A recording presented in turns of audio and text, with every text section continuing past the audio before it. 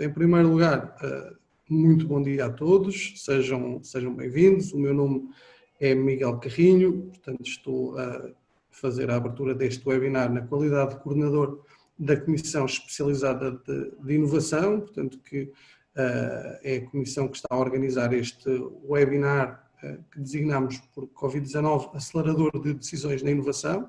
Portanto, este webinar faz parte de um conjunto, de um ciclo de webinars promovidos pela APDA, a quem aproveito para agradecer a oportunidade de nos permitir a nós, comissões, portanto, continuar digamos, a partilhar o nosso trabalho e as nossas experiências, portanto, com todos aqueles que têm interesse em assistir. Uma palavra especial ao João Antão, que tem aqui na parte técnica e na logística desta nova tipologia de eventos feito aqui um trabalho fantástico.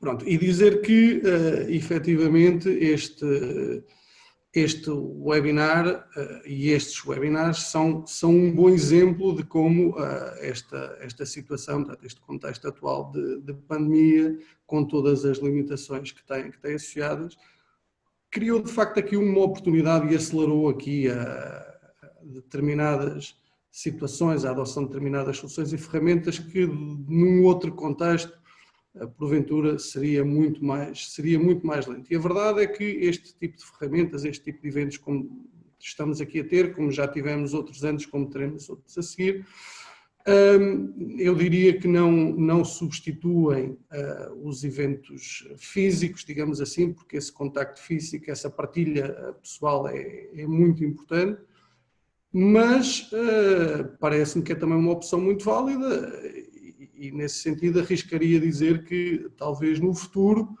quando pudermos regressar aos eventos físicos, não deveríamos abandonar também estes eventos, porque são naturalmente de natureza diferente, mais curta, podemos fazer mais direcionados, permitem a mais pessoas assistir de uma forma mais simples e, portanto, creio que é de facto um dos bons exemplos daquilo que de positivo esta situação, que na sua globalidade é obviamente negativa, mas ainda assim é tentar sempre ver o copo meio cheio.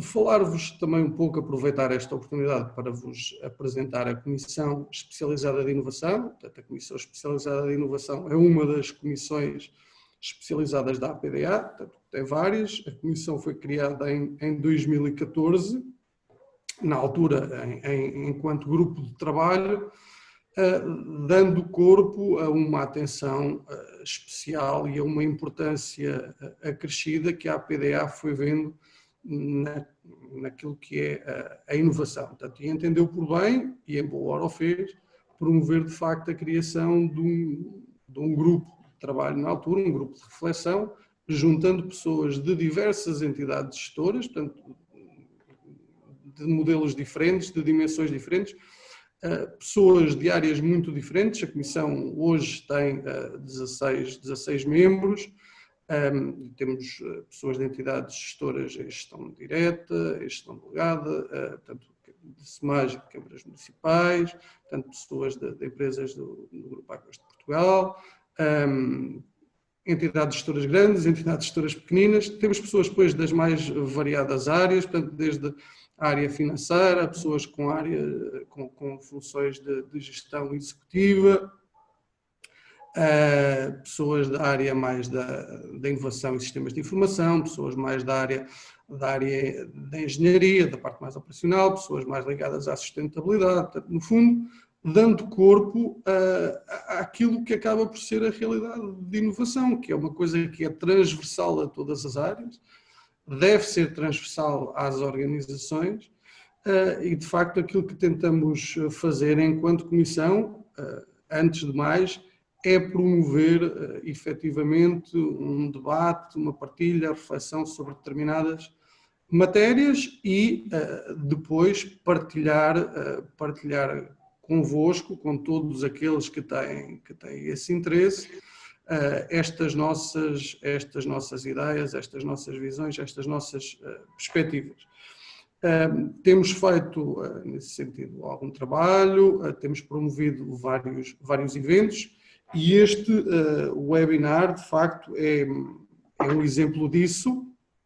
Vamos ter já daqui a portanto, aproveitar para dar as boas-vindas ao engenheiro Rui Dinho, portanto, que acabou de se juntar a nós e que nos dará o gosto... Bom dia a todos, peço desculpa pelo pequeno atraso. Bom dia, que nos dará o gosto de depois fazer portanto, um wrap-up desta sessão e o respectivo encerramento, mas dizia eu que este webinar é um exemplo de um dos temas que nos tem ocupado, principalmente por esta altura, e partilhar aqui um pouco hoje também a experiência de várias entidades gestoras, aproveitando também para agradecer desde já a todos os participantes o facto de terem demonstrado esse interesse e aos colegas também, que serão apresentados daqui a pouco, o facto de terem aceito o convite para partilhar aqui connosco hoje também as suas experiências.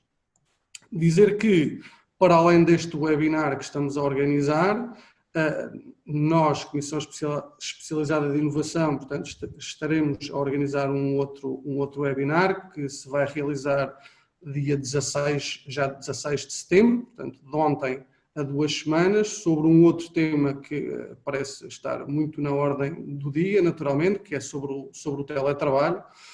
E sobre a forma como isso também implica aqui alguma mudança de paradigma nas organizações, e já na próxima semana, portanto está ainda sujeito a confirmação, mas em princípio terá lugar um outro webinar promovido pelos colegas da Comissão Especializada de Comunicação e Educação Ambiental sobre a economia circular na educação ambiental, também boas práticas.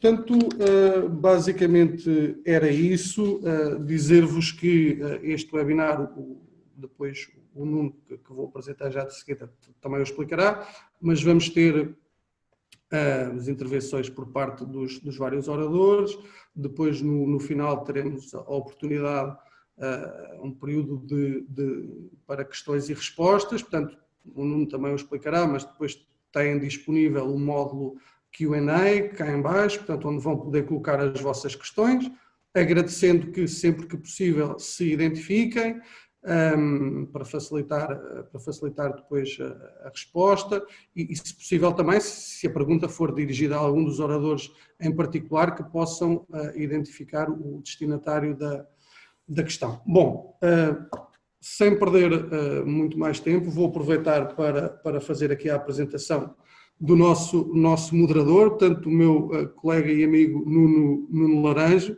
portanto, que tem formação na área da gestão de empresas, portanto, que é membro também da Comissão Especializada de Inovação da APDA, é atualmente administrador executivo da Inova, que é a empresa municipal de Cantanedo, onde de resto já trabalha há largos anos.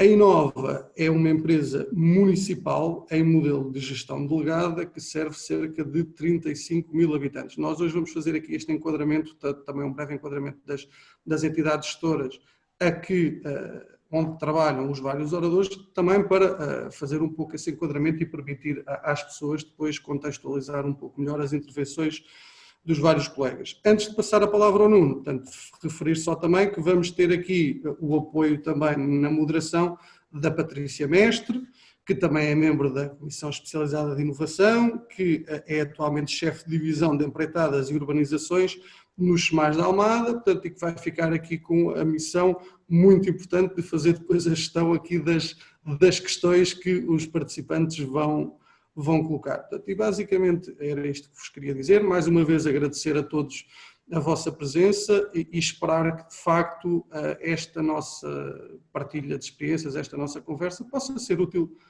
para todos e que possamos sair hoje daqui todos a saber um pouco mais do que aquilo que sabíamos antes de chegar. Muito obrigado. Nuno, passo a bola para ti. Muito bem. Antes de mais, bom dia a todos. Obrigado, Miguel, e obrigado à PDA pelo convite que nos fizeram, a mim e à Patrícia, para moderar este debate e pela confiança que em nós depositaram. Tenho a profunda convicção que vamos ter aqui uma conversa dinâmica, entusiasmante, dada a relevância do tema e também à qualidade dos nossos oradores, e que prenderá a atenção de quem nos está a ouvir e a ver.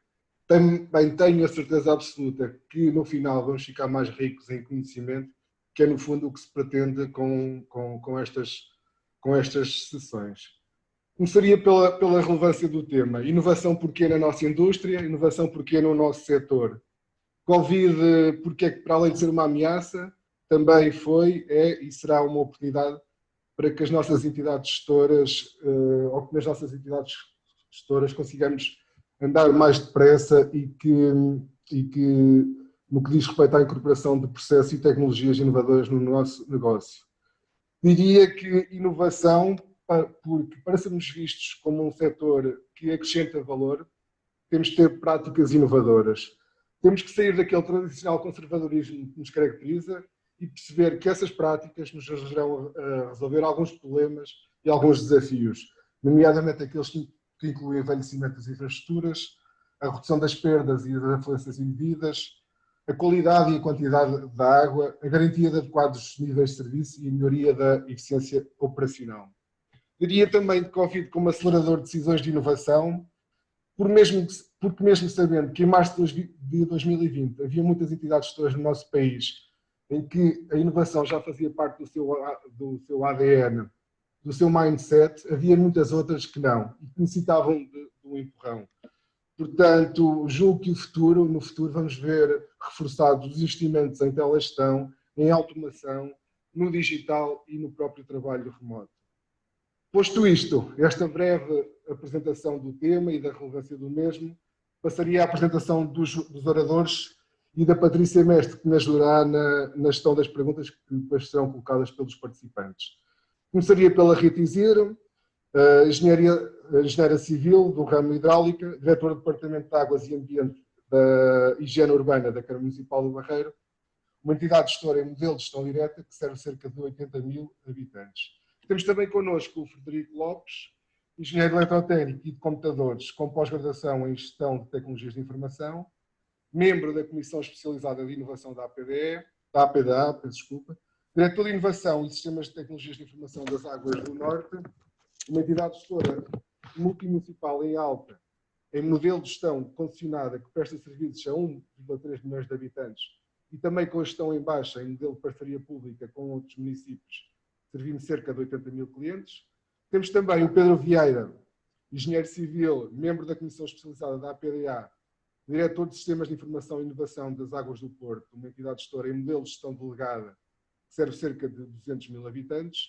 E, por último, o meu amigo Miguel Carrinho, formado em Gestão, coordenador da Comissão Especializada de Inovação da APDA, diretor administrativo e financeiro das Águas de Ribatejo, uma entidade gestora intermunicipal em modelo de gestão delegada, que serve 7 municípios e cerca de 150 mil habitantes.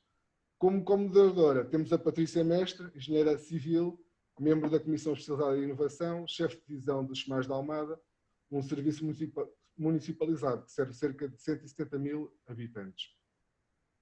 Feitas as apresentações, passaria então a explicar como é que irá funcionar o modelo do nosso webinar. Portanto, irei fazer 2 rondas de questões aos oradores, que responderão mais ou menos a 5 minutos por cada pergunta orador, e de seguida uma fase de perguntas colocadas pelos participantes do webinar na plataforma. Aí peço que utilizam o Q&A da plataforma, apelo que participem, não se inibam de participar, mas quando o fizerem, identifiquem-se a vocês e à entidade gestora que representem, se for o caso. Na pergunta também indiquem se ela se dirige a algum orador em especial ou não, e de referir também que a Patrícia Mestre, como moderadora deste debate, vai selecionar essas mesmas perguntas e vai colocá-las aos oradores. A encerrar esta sessão, teremos o engenheiro Rui Godinho, que é o presidente do Conselho Diretivo da APDA e a quem competirá as palavras finais. Muito bem, estamos todos prontos? Lanço então a primeira questão. Portanto, a ronda começaria pela Rita, seguido depois do Frederico, do Pedro e, pelo fim, o Miguel. Então, vamos lá lançar a primeira questão. Como é que as vossas entidades gestoras reagiram ao impacto causado por esta pandemia? E se já existia, antes de março de 2020, uma estratégia e práticas inovadoras baseadas no digital, de certa forma permitiu que se adaptassem com mais facilidade a este novo contexto. Rita, força. Bom dia a todos. Muito obrigada à PDA pelo convite à Câmara Municipal do Barreiro. Temos muito gosto em estar presentes. Indo direto à questão, no Barreiro, naturalmente, eu considero que a resposta foi adequada e foi muito facilitada, dados os procedimentos e ferramentas que já eram comuns nesta autarquia em geral e nos serviços de águas e saneamento em particular. Portanto, para o confinamento, só tivemos que preparar a debandada geral dos técnicos e administrativos para teletrabalho.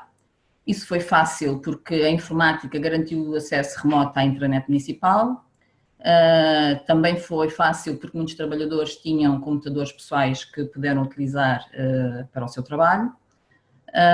Mas também é verdade que tivemos muitos portáteis dos serviços disponibilizados para as pessoas que não tinham essa possibilidade de ter computador pessoal. Tivemos que definir horários de trabalho por causa do acesso à rede, para não se sobrecarregar. Implementaram-se novas formas de comunicar e manter o contacto. Todos os serviços criaram grupos de WhatsApp, aumentaram-se as reuniões de trabalho, implementaram-se relatórios de trabalho também. Para todos, e em especial para os que ficaram no serviço presencial, na grande maioria operacionais, implementaram-se as devidas regras sanitárias e disponibilizaram-se os equipamentos e desinfetantes. Essas aquisições desses equipamentos e dos desinfetantes não foram fáceis, mas conseguimos sempre a tempo garantir todas as necessidades. Com algum empenho e engenho, que é como quem diz, com inovação, e com colaboração da Escola Superior de Tecnologia aqui do Barreiro, produziu-se álcool gel. Claro que reforçámos muito o atendimento telefónico. Os administrativos levaram os telefones de serviço para casa e com isso disponibilizámos mais linhas de atendimento aos municípios. A comunicação aos municípios também foi muito cuidada, tivemos muita atenção a isso. Foram sendo publicadas informações no site, no Facebook e fixados nos locais de atendimentos, painéis informativos, aconselhando sempre naturalmente ao contacto digital ou telefónico. A comunicação com os trabalhadores presentes e ausentes também foi muito privilegiada e foram sendo sempre reforçadas, naturalmente implementadas e depois reforçadas as medidas de higienização e proteção. Os operacionais, na primeira fase, ficaram em serviços mínimos e depois houve o cuidado de se desfasarem horários e disponibilizarem mais balneários para garantir o distanciamento. Isso foi possível pela coordenação que tivemos com a comunidade escolar, que nos disponibilizaram balneários. Deu trabalho, naturalmente, mas foi possível e foi eficaz. Uma vez que, como eu disse, o município do Barreiro já tinha a estratégia para a desmaterialização e digitalização e os serviços de água já tinham implementadas várias ferramentas que facilitaram a adaptação às sucessivas mudanças que se foram impondo. Mas nunca é só tecnologia. Se não existisse o devido enquadramento institucional, técnico, económico, teria sido difícil e não foi. Exigiu muita proatividade e muito empenho, mas tudo correu com muita tranquilidade. Eu penso que foram fatores relevantes, logo de início, o plano de contingência municipal, que foi aprovado e publicitado logo a 6 de março. Depois houve sempre um alinhamento muito forte entre o executivo e os serviços. Houve a capacidade dos serviços, na generalidade e em especial da informática. Como já tínhamos a desmaterialização dos procedimentos e várias ferramentas digitais, tudo foi muito facilitado, como eu já referi. Houve também uma forte coordenação na gestão dos recursos humanos e da segurança e saúde no trabalho. E como fazemos parte da Proteção Civil como serviços de suporte, isso também foi um fator relevante. Acho que também foi relevante sermos serviço público. Não houve voluntarismos, houve competências e houve a manutenção do espírito de missão para o serviço público. Houve, por isso, também a facilidade na coordenação, como eu já disse, com a Proteção Civil e com outras entidades internas e externas, como já dei o exemplo da Escola Superior de Tecnologia, por exemplo, e da utilização de balneários. E houve facilidade na partilha dos recursos de todo o município. Tudo isso foram fatores muito positivos. Como meios digitais mais importantes, para partilhar aqui convosco, daqueles que utilizamos, naturalmente teve a inovação do acesso remoto à nossa intranet, mas tudo o resto, a telegestão, o sistema de faturação e o balcão digital, as ordens de trabalho digitais, o cadastro digital, o controle de caudais online, os processos internos e externos desmaterializados, todas estas ferramentas digitais foram essenciais. Como nota final, eu não queria deixar de partilhar convosco aquilo que penso que foi evidente, a resiliência que os serviços digitais possibilitam. O facto de termos sempre meios alternativos para se responder aos problemas. E acho que isso promoveu um ambiente de trabalho muito, muito adequado, porque os trabalhadores sentiram segurança, confiança, organização e determinação, e assim acho que foi possível atingirmos bons resultados. Muito bem, obrigado Rita pela partilha da informação e da experiência da Câmara Municipal de Barreiro. Passava então agora a bola ao Frederico Lopes. Frederico, a bola é tua. Obrigado, está recebida. Antes de mais, gostaria de agradecer também o convite que a PDA endereçou às Águas do Norte e, portanto, e por termos a possibilidade de podermos partilhar aqui alguma da nossa experiência. Eu, quando fomos convidados para este webinar, confesso que fiquei um bocadinho desapontado com o tema, com o título, porque de facto, na minha opinião, a abordagem que por vezes é feita, e maioritariamente das vezes é feita, é errada. Isto é, eu acho que o importante, e sendo nós até pertencendo aqui a um grupo que trata muito mais da inovação, acho que aqui a questão essencial, de facto, não é perceber o efeito do Covid e a forma como ele impacta e veio acelerar nas nossas decisões digitais. Eu acho que o mais importante, de facto, é perceber porque é que as empresas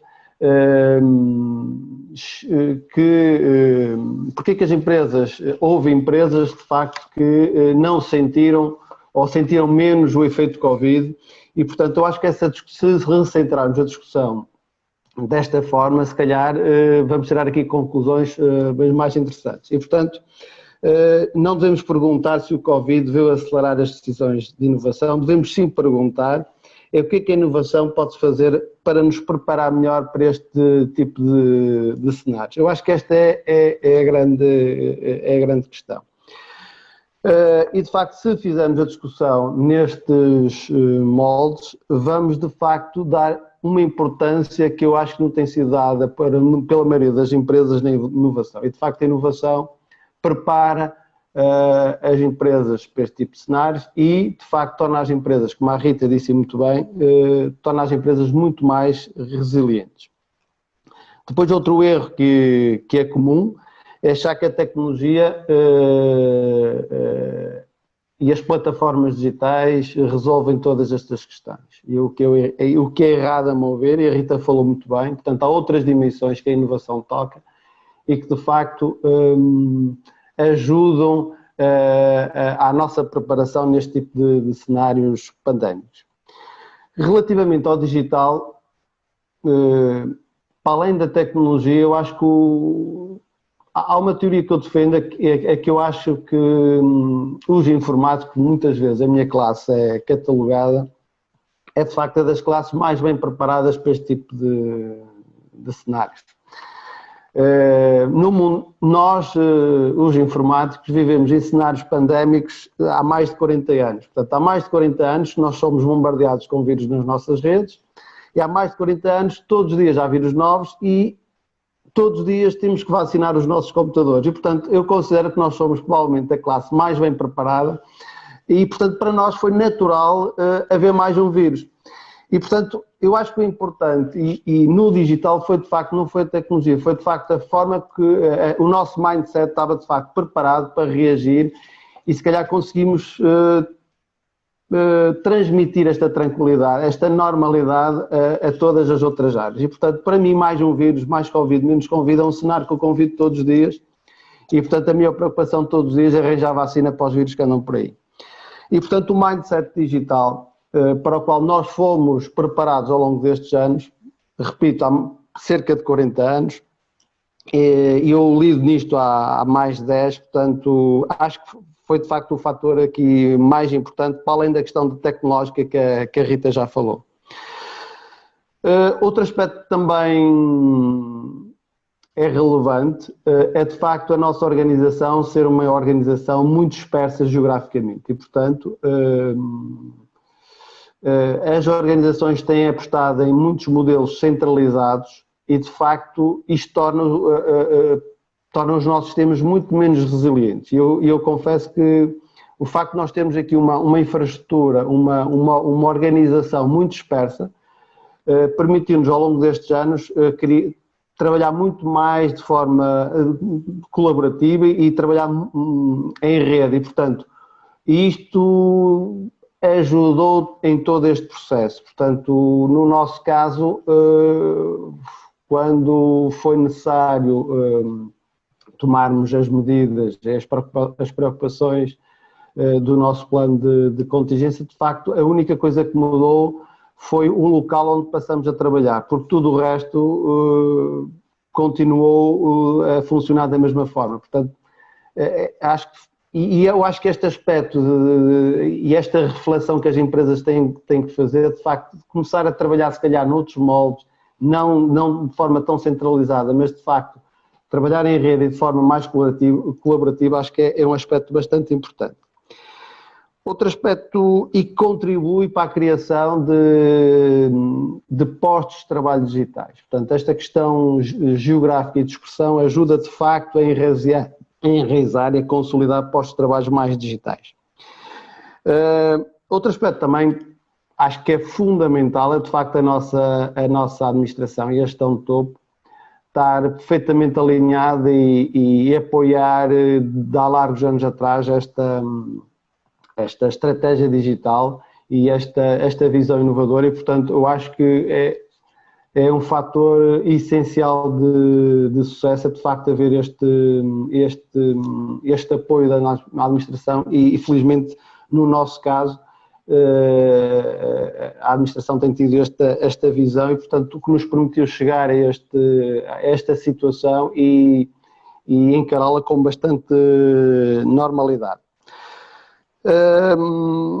Por fim, o que eu acho é que, e concluindo, toda esta aposta permitiu-nos, quando nos foi lançado o desafio de irmos para casa, encararmos, não houve aqui um esforço adicional, porque no nosso caso houve uma aposta ao longo destes anos em mobilidade, todos os nossos colaboradores têm mobilidade tecnológica, todos os nossos colaboradores têm, há uma estratégia de democratização da tecnologia, portanto é outro aspecto que é importante, a tecnologia não deve ser exclusiva do topo da pirâmide, e, portanto ela deve tocar em todas as nossas áreas, deve chegar às nossas operações, claramente, e este é um aspecto também que é fundamental. E tudo isto contribuiu para que ao longo dos anos tornássemos a nossa organização do ponto de vista digital, muito mais resiliente e, portanto, e torná-la, de certa forma, indiferente, eu diria quase que poderia classificá-la dessa forma, à pandemia. Portanto, basicamente é isto. Obrigado, Frederico. Pedro, e vocês nas águas do Porto, qual é a vossa experiência? Muito bom dia. Antes de mais, em nome das Águas do Porto, eu gostaria de agradecer o convite que nos endereçaram e é com muito gosto vir discutir um tema que, além de ser além de pertencer à ordem do dia, é um tema que nos é muito caro aqui nas Águas do Porto, que é falar sobre inovação e sobre sistemas, sobre gestão de negócio. Portanto, mais uma vez, parabéns à PDA por ter promovido este tema e também pelo convite que nos fizeram. Ora bem, eu antes de responder diretamente à pergunta do Nuno, eu creio que ela já foi muito bem respondida, quer na parte da reação pela parte da Rita e também muitíssimo bem por parte do Frederico. De facto, partiu aqui um bocado a louça toda a falar sobre algumas coisas com as quais discordavas e que vão de encontro também à nossa visão sobre aquilo que é a inovação e sobre a forma de ver as coisas. Portanto, eu creio que a reação das empresas gestoras de águas à questão do Covid foi muito semelhante em tudo, foi desmaterializar, apoiar-se em sistemas digitais e mandar as pessoas para casa e continuar a operar usando os meios remotos. Se me perguntam se isso é fundamental para garantir a operação num tempo de pandemia, eu creio que sim, mas eu creio também que ficou muito claro que é evidente que o uso de tecnologias em empresas de água é muito relevante para dar continuidade às operações em caso de haver algum tipo de disrupção do ponto de vista de saúde pública ou de outro tipo de ameaça. Eu só abro aqui um parênteses para dizer que neste caso, e no caso da pandemia que se vive em Portugal, se tivesse, além da pandemia, havido qualquer outro tipo de desastre natural que nós estamos sujeitos, como um terremoto ou como outro tipo de coisa que possa ter acontecido, nós aí tínhamos tido um problema muito maior. E, portanto, eu creio que nós estamos dependentes da tecnologia, no fundo, não resolve tudo, mas creio que neste caso resolvemos grande parte do problema que nós tínhamos na fase de reação. E, portanto, eu só para fazer um resumo, basicamente o nosso tipo de reação foi muito semelhante em todas as entidades gestoras. Quanto à questão que depois o Frederico levantou, que é qual é e que também ressalva o papel de inovação das empresas gestoras de água neste tipo de situações, eu gostaria, no fundo, de dar aqui algum toque sobre a visão que as Águas do Porto têm sobre isto. Porque isso leva-nos a outro tipo de análise do funcionamento da própria empresa. Eu estou aqui sentado em frente a um painel que eu creio que já apresentei alguma vez, algumas pessoas conhecem, que é sobre os espaços de transformação que foram definidos pelas Águas do Porto, no exercício que fizemos em toda a empresa, em que se geram mais de 100 ideias e definiram 5 espaços de transformação de inovação. Isto é de facto um documento de negócio, é uma questão que é interna da empresa e que a empresa usa de vez em quando se quer orientar do ponto de vista de inovação e do ponto de vista de visão de futuro para aquilo que acha que é o setor das águas. Mais uma vez, se pergunta, isto aqui foi relevante na parte da reação? E a resposta é claramente não. Isto não é relevante na parte da reação, porque nessa parte nós estamos, no fundo, a usar as ferramentas que temos e a digitalizar aquilo que é possível digitalizar para continuar a operação. Mas é relevante na resposta ao Covid, eu diria que é fundamental. Por 2 motivos. Primeiro, porque incute nas pessoas, e isso já estava dentro da organização, já vinha dos anos anteriores, muito promovida pela gestão de topo, a questão de inovação e de pôr as pessoas a pensarem de forma diferente sobre os problemas atuais. E, portanto, ter um documento que, no fundo, promova a inovação dentro de uma empresa gestora de água ajuda-nos, já no pós-reação, a pensar como é que nós vamos resolver os problemas que nós temos no dia a dia num paradigma completamente diferente e que nos foi imposto de uma forma completamente inesperada. Ora bem, o que me parece é que aqui sim, é que durante a parte da pandemia que nós estamos confinados e ainda a reagir e manter a operação em funcionamento e as pessoas todas em casa, foi este ambiente de inovação que nos permitiu às Águas do Porto, primeiro, servir de apoio às outras entidades que gerem serviços essenciais nos municípios e, portanto, as Águas do Porto serviram também outras empresas. Foi também muito importante para nós darmos apoio às próprias empresas. Portanto, para quem não tem ideia, 30% dos nossos clientes são clientes empresariais, portanto, são clientes não domésticos. Portanto, é fácil adivinhar que o impacto financeiro e o impacto da gestão que o Covid teve no Porto foi, de facto, muito elevado. Quer dizer, não é possível recuperar do impacto de ter consumos que eram muito relevantes para a empresa e passaram a ser simplesmente zero. Portanto, é muito importante apoiar o tecido empresarial também e também, no fundo, a garantir alguma almofada que nos permita dar algum tipo de continuidade ao modelo de negócio como temos definido. E também é muito importante, no fundo, usar uma cultura de inovação para garantir que há agilidade nas decisões em momentos em que há indefinição de tudo, em que é preciso tomar uma decisão hoje que parece-nos acertada, sendo certo que provavelmente daqui a uma semana vai ser diferente. E fazer isto em empresas incumbentes, como são a maior parte das empresas gestoras de água em Portugal, e dar-lhes alguma agilidade na decisão e de adaptação à realidade que se molda a partir de uma situação pandémica, que é uma questão de saúde, também é muito relevante e, portanto, parece-me que ter uma cultura de inovação dentro de uma empresa ajuda a tomar decisões e ajuda a agilizar decisões. Pronto. Outra questão muito importante é garantir a consistência na ação. Portanto, ter um grupo de trabalho liderado pela administração e que todos os dias se apercebe quais são as diferenças que temos relativamente ao momento em que nos rodeia, que no fundo consegue tomar decisões de forma ágil e consistente para, no fundo, continuar a ter a empresa no caminho certo, parece-me um exercício difícil. Portanto, só com alguma inovação e com alguma resposta da parte das equipas que rapidamente conseguem garantir novas interfaces ao cliente, novas experiências ao cliente, garantir que coisas que não eram sequer postas em causa, como no caso do atendimento, no caso de digitalização de documentos, no caso de dar algum tipo de ajuda que fosse necessário na rua, usando meios completamente diferentes, isso fosse garantido. Portanto, é muito relevante que haja algum tipo de consciência, alguma capacidade de reação por parte das empresas, das equipas em responder a isto, usando métodos completamente diferentes, é importante. O que nós fizemos também foi usar algumas tecnologias que tínhamos vindo a experimentar, como, por exemplo, a questão de algum tipo de inteligência artificial no apoio à decisão, a questão da impressão de 3D, que numa primeira fase foi usada para fazer EPIs para os nossos colaboradores e depois para algumas ferramentas que eles precisavam e que, no fundo, o supply chain não conseguia garantir. Portanto, isso foi importante para nós e, portanto, se nós não tivéssemos feito todo esse caminho anteriormente, eu diria que ainda estávamos neste momento a tentar encontrar algum momento.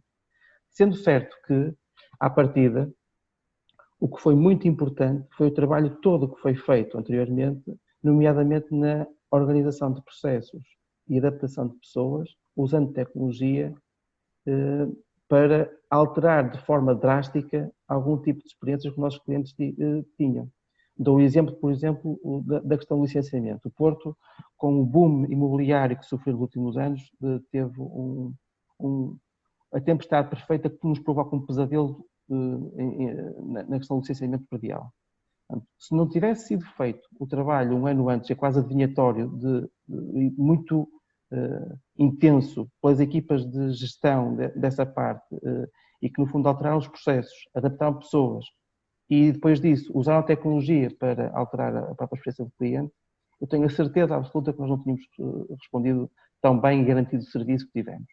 E portanto, além disso, o que nos permitiu foi, dentro das dificuldades que nós tínhamos quando estávamos confinados, foi permitir usar, de facto, algumas ferramentas tecnológicas para dar solução a algumas questões. Portanto, o que me parece é que, de uma forma muito fria, falar em reação em setembro é tarde.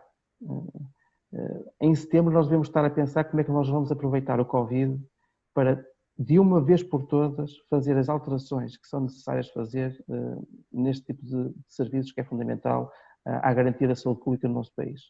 É urgente, e eu acho que faço aqui quase um apelo, começar a pensar de forma diferente nos nossos modelos de negócio e, de uma vez por todas, aproveitar uma situação que é muito grave e que afeta, neste momento, a humanidade. Estamos a ver um ponto singular nas nossas vidas, para, de facto, aproveitar uma situação para, de uma vez por todas, conseguir, de uma forma exemplar, creio, alterar quer os modelos de negócios, melhorar a eficiência, melhorar a experiência do cliente e também arranjar modelos alternativos de negócio que, no fundo, garantam a sustentabilidade deste serviço que é essencial à vida e às pessoas e à saúde e que possa dar suporte à população que conta connosco. Não sei se respondi, Nuno, depois se sim, alguma coisa, sim, por favor, complete. Muito obrigado. Muito obrigado, Pedro. Miguel, passo para ti então agora, para falar sobre o tema. Sim, senhor. Ok, não, obrigado.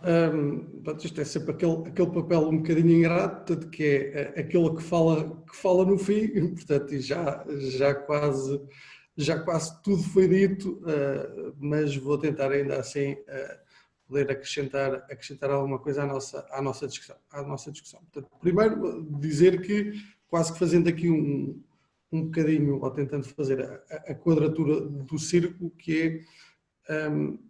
Não me parece que o tema do webinar, portanto, algumas intervenções, portanto, aquilo que o Frederico ou o Pedro dizem ou a Rita diz, portanto, que sejam de alguma maneira coisas contraditórias. Antes, pelo contrário, ou seja,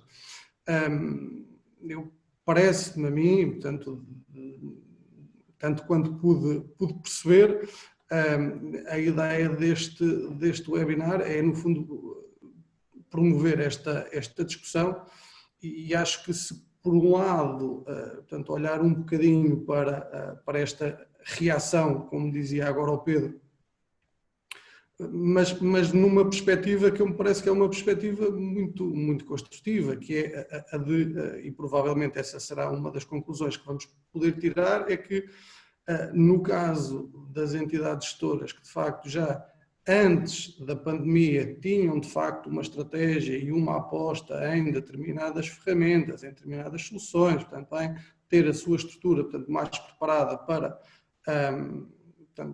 responder a situações mais imprevistas, portanto, que de facto essas entidades gestoras tiveram uma capacidade maior para responder de forma positiva aos desafios que esta pandemia trouxe. E, portanto, lá está, como o Frederico dizia, e eu aí estou totalmente de acordo, que é, nós não devemos ficar à espera, há aquele velho ditado, não é, que casa arrombada, trancas à porta, portanto, e que neste caso se aplica bem, quer dizer, nós não podemos ficar à espera que aconteçam este tipo de eventos disruptivos para fazer as apostas e para definir estratégias e para implementar as medidas. Agora, se isso é verdade, também não é menos verdade que, como o Pedro dizia, às vezes, temos aqui um universo de 4 entidades gestoras, mas o setor, portanto, são muitas mais. E eu atrever-me até a dizer que muito provavelmente a esmagadora maioria, portanto, a realidade delas, portanto, não será idêntica à das nossas entidades gestoras que estamos hoje aqui a partilhar. E, portanto, desse ponto de vista, às vezes é de facto preciso que haja um clique, aquele driver que faz com que efetivamente as coisas possam andar mais rápido. E a gravidade da situação atual pode ser de facto esse tal clique para que mudanças profundas possam acontecer, portanto, quer no setor, portanto, ao nível mais vasto, quer depois a um nível mais micro em cada uma das entidades. Mas também penso que sobre isso falaremos um pouco mais na segunda ronda. Relativamente, também para falar um pouco sobre isso, relativamente às águas do Ribatejo, a situação não foi muito diferente destas outras experiências que já ouvimos. Portanto, nós já vínhamos há vários anos a esta parte, portanto, apostando na digitalização, portanto, na adoção de um conjunto de ferramentas de modernização dos nossos serviços e dos nossos processos, aqui com uma particularidade, portanto, muitas dessas soluções, como o SIG, como as aplicações de mobilidade que temos das equipas no terreno, portanto, muitas dessas soluções desenvolvidas internamente pela nossa equipa, portanto, que na prática são 2 pessoas, a quem queria aproveitar para agradecer, tanto ao João e ao Marco. Como o Frederico disse, de facto isso muitas vezes não é reconhecido.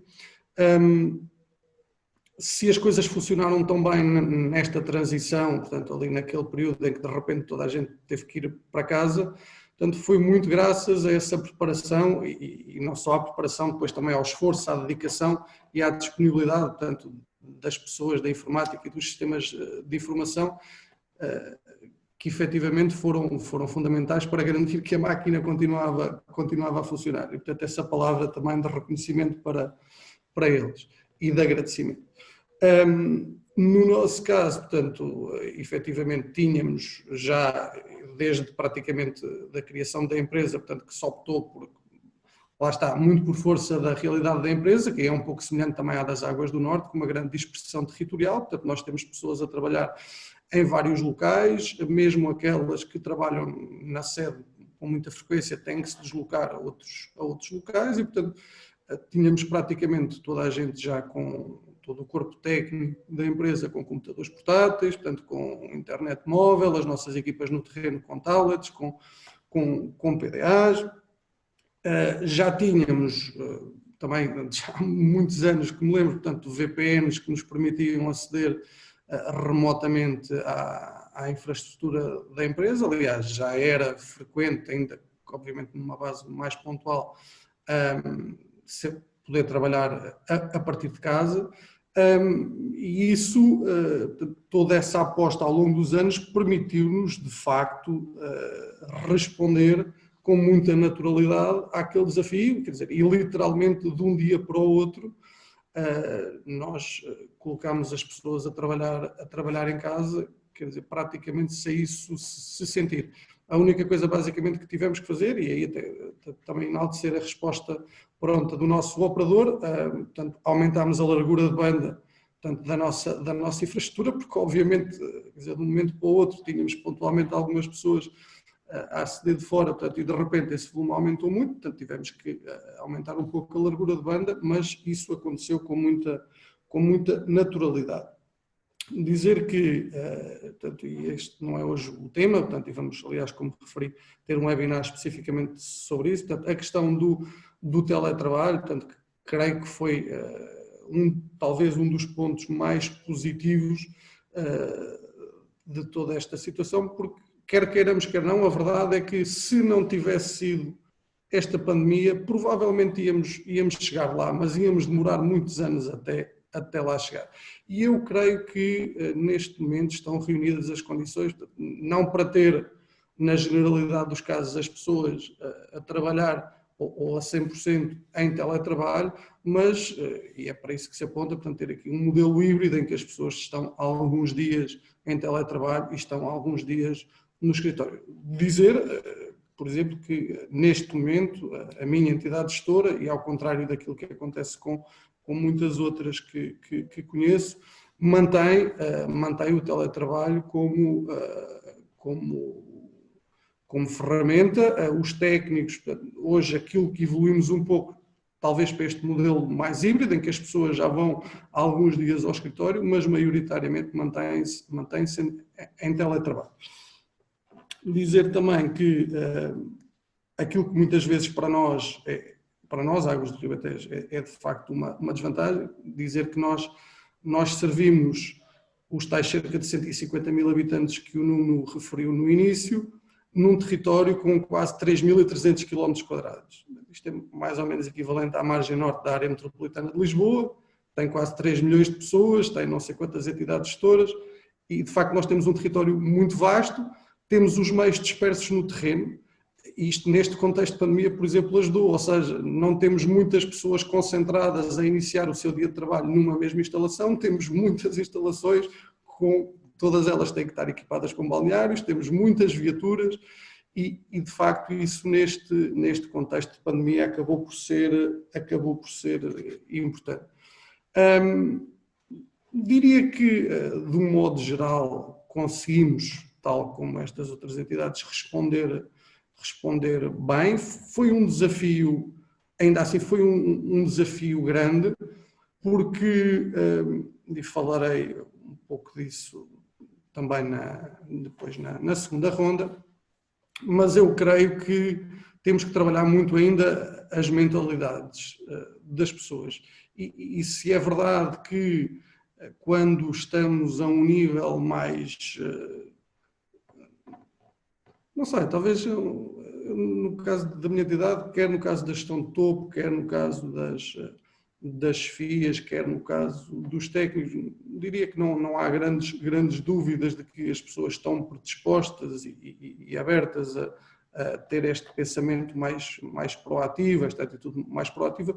Depois, julgo que nós, e isso assumo também aí que provavelmente será um trabalho que temos que fazer, que depois, muitas vezes nas áreas mais operacionais, é preciso ainda fazer esse trabalho de trazer também essas pessoas e, como o Frederico dizia, democratizar, eu diria, não só a tecnologia, mas também democratizar esta atitude inovadora, este pensamento inovador, porque a organização para funcionar tem que funcionar como um todo e isso tem que ser muitas vezes, lá está, não pode ser top-down, quer dizer, a iniciativa tem que vir de algum lado, mas tem muito que ser depois também bottom-up e envolvendo todas as pessoas para que, de facto, a resposta a circunstâncias e a eventos disruptivos seja a melhor possível. Porque creio que foi o Pedro que referiu isso e aí estou totalmente de acordo. Este evento, este contexto, trouxe-nos grandes desafios, é verdade, conseguimos responder bem. Se porventura associado a isto tivéssemos tido algum problema, portanto, ou algum tipo de desastre natural, ou que até que este vírus, por exemplo, pudesse ter algum impacto sobre a qualidade da água, aí se calhar a resposta já não tinha sido aquela que foi e penso eu, esse também um dos aspectos que temos que pensar quando agora perspectivamos o futuro e como é que podemos continuar a melhorar e a evoluir enquanto entidades gestoras. E basicamente... Bem. Obrigado, Miguel. Antes de passar à segunda ronda de questões, apelo a que os participantes coloquem as questões no Q&A da plataforma. Neste momento temos uma questão, apelo, portanto, que coloquem essas questões na plataforma, de forma a tornar este webinar mais interessante. Passaria então à segunda ronda, à segunda questão. Vou seguir a mesma ordem, primeiro a Rita, depois o Frederico, o Pedro e o Miguel. Portanto, segunda questão. Olhando agora mais para o futuro e também para as consequências do Covid, quais são as áreas que devem concentrar maiores esforços de inovação por parte do nosso setor? E quando fizerem esta reflexão, peço-vos para apresentar uma visão mais global e não apenas focada na entidade gestora o que é que a vossa entidade gestora pensa fazer? Será em aspectos relacionados com as tecnologias de tratamento, com a economia circular, com a descarbonização e a produção de energia renovável, com a digitalização? Onde é que será? Onde é que serão os maiores esforços de inovação? Rita.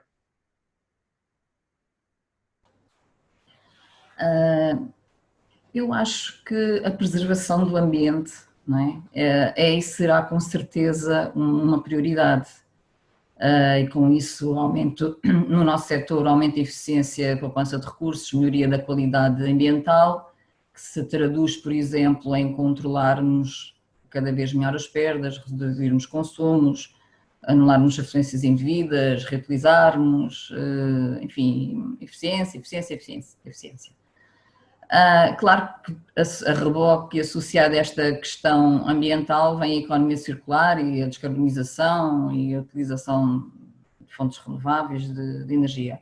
Qualquer investimento nesta área devidamente estudado, não é? Do ponto de vista técnico, económico e social, será naturalmente um bom investimento e serão os grandes investimentos do futuro. Eu não vejo muito a inovação nem a digitalização como um fim em si mesmo, acho que ninguém vê, não é? Vejo-a como ferramentas para se atingirem os fins, mas não são meras ferramentas, não é? A inovação na nossa evolução como seres humanos, na nossa evolução social, técnica e económica, e especialmente nos dias de hoje, em que tudo acontece e muda num ápice, é a palavra de ordem, não é? Está no nosso ADN e, portanto, é o caminho que todos temos que fazer e cada vez mais. E vejo a digitalização como uma ferramenta para a eficácia e eficiência, mas também para a resiliência, como eu já disse anteriormente. como já foi referido pelos colegas, os meios digitais, as redes de comunicação, são fatores que promovem essa capacidade de resposta e possibilitam respostas alternativas, inovadoras, a adaptação e evolução no sentido que nós quisermos, portanto, num sentido naturalmente de um serviço melhor e mais económico. Acho que, portanto, temos que continuar a apostar e investir num conjunto de frentes, não é? Devidamente digitalizadas e inovadoras. Portanto, seja para onde for o investimento, acho que no digital e na inovação vai estar sempre lá. Mas também considero que há muito onde podemos investir o nosso esforço, que nada tem a ver com digital. Sei lá, por exemplo, que tal discutirmos a alteração do paradigma dos espaços verdes e do seu consumo de água, por exemplo. Porque fala-se tanto em poupança de água e em perdas, não é? Mas não se fala tanto do desperdício de água na rega. Estou a falar nas zonas urbanas, mas também podemos falar na indústria ou na agricultura, não é? Isto já vai sendo falado. Acho que isto é um bom tema de conversa e onde é preciso muita inovação. Voltando ao futuro, acho que de um modo global e como resultado muito direto da pandemia, acho que todas as entidades gestoras sonharam com terem a telemetria global dos contadores, não é? Teria sido excelente termos mantido a leitura dos contadores em tempo de confinamento, temos compreendido o nível de atividade da nossa população, isso teria servido para compreendermos melhor estes tempos e fundamentaria de certeza melhores decisões políticas atuais e para o futuro. Portanto, acho que isso vai ser uma aposta para o futuro, de facto. Mas também penso que a digitalização e o acesso digital dos municípios e clientes à informação e aos serviços tem de ser implementada muito a pensar nos que não poderão ou não saberão ter esse acesso. Acho que se precisa também muito de pensamento inovador nesta questão, como dar acesso a todas as pessoas. Acho que também outro bom tema para a inovação, e com isso termino, acho que será a criação de parcerias, associações, afins, para a utilização partilhada de plataformas, ferramentas ou conhecimento. Quer dizer, não faz muito sentido andarmos todos a inventar a roda, cada um na sua casa, não é? Portanto, acho que com tanta inovação e com tanto know-how e todos podemos ganhar se partilharmos.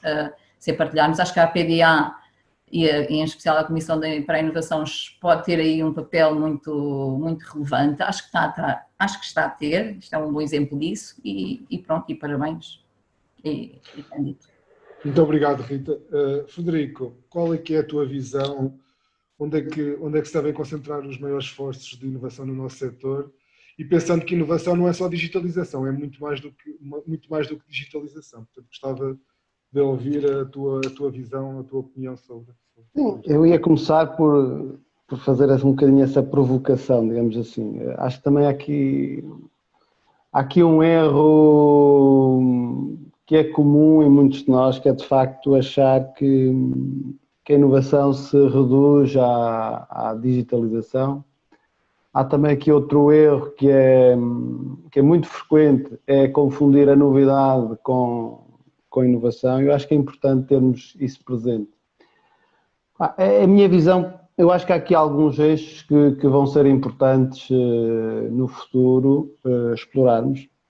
A questão da resiliência que falamos na questão anterior, acho que me parece importante. De facto, nós temos que arranjar soluções inovadoras que garantam aqui a resiliência dos nossos sistemas. O tema da economia circular também me parece um tema onde a inovação tem aqui um espaço a explorar. O digital, portanto, eu acho que o digital vai ter aqui vamos ter aqui uma quantidade de medição, de monitorização, de sensorização. Portanto, os dados que vão ser aqui extraídos vão ser o petróleo do futuro. Portanto, gerirmos melhor vai passar por medirmos mais e medirmos de forma mais rápida. Mas aquela questão que, ou seja, aquele tema que mais me preocupa é de facto a inovar na forma como nós nos governamos. Eu se calhar iria destacar um bocadinho este tema, porque de facto parece-me aquele que mais me preocupa. Se de facto nós estamos aqui a reagir muito bem do ponto de vista digital, do ponto de vista de resiliência e da economia circular, há aqui algum conjunto de planos de recuperação já em mente, de facto me preocupa, isto tem que ser casado com a inovação do ponto de vista do governance, e eu acho que aqui provavelmente as coisas estão um bocadinho mais atrasadas e são aquelas que me preocupam. E portanto eu acho que é aquela que eu destacaria. É importante, como nós falamos na questão anterior, discutirmos a forma como reagirmos, mas também é importante discutirmos a forma como nos vamos adaptar a este tipo de cenários. É importante nós discutirmos o regresso, mas nós não podemos... O regresso tem que ser feito a uma nova normalidade. Portanto, nós não podemos regressar à normalidade do passado, temos que regressar a uma nova normalidade. E, portanto, a forma como nos queremos governar vai ser determinante e vai obrigar aqui as empresas a reorganizarem-se, peço desculpa, do ponto de vista de como gerem os seus processos, e que vai para além do digital e que vai para além da pandemia. E, portanto, esse exercício, a meu ver, será fundamental. Há uma frase que eu costumo dizer, é que o português nós portugueses trabalhamos muito, chegamos ao final do dia cansados, mas somos pouco produtivos, trabalhamos muito, mas trabalhamos de forma pouco inteligente e, portanto, acho que aqui tem que haver também aqui uma viragem. Portanto, temos que ter mais tempo para pensar e, se calhar, alterar a forma que nós trabalhamos e, portanto, focarmos as nossas energias naquilo que, de facto, representa valor para as nossas organizações. Como o Miguel falava, isto passa muito por uma mudança cultural e, portanto, nós temos que, de facto, aceitar que a inovação é uma ferramenta fundamental para o crescimento das nossas organizações e que, de facto, cria valor para as nossas organizações.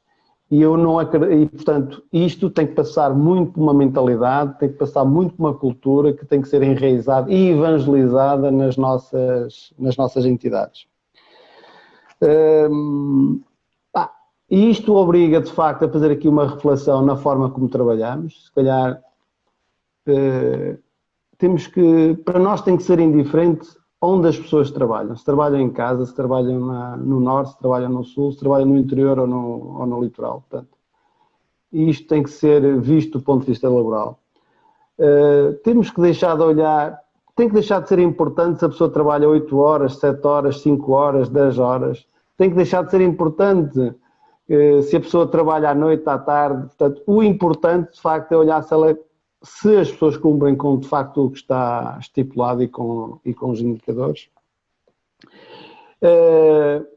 Temos, se calhar, de deixar de pensar que as pessoas todas juntas no edifício trabalham mais e, se calhar, temos que começar a pensar que as pessoas em rede trabalham muito melhor.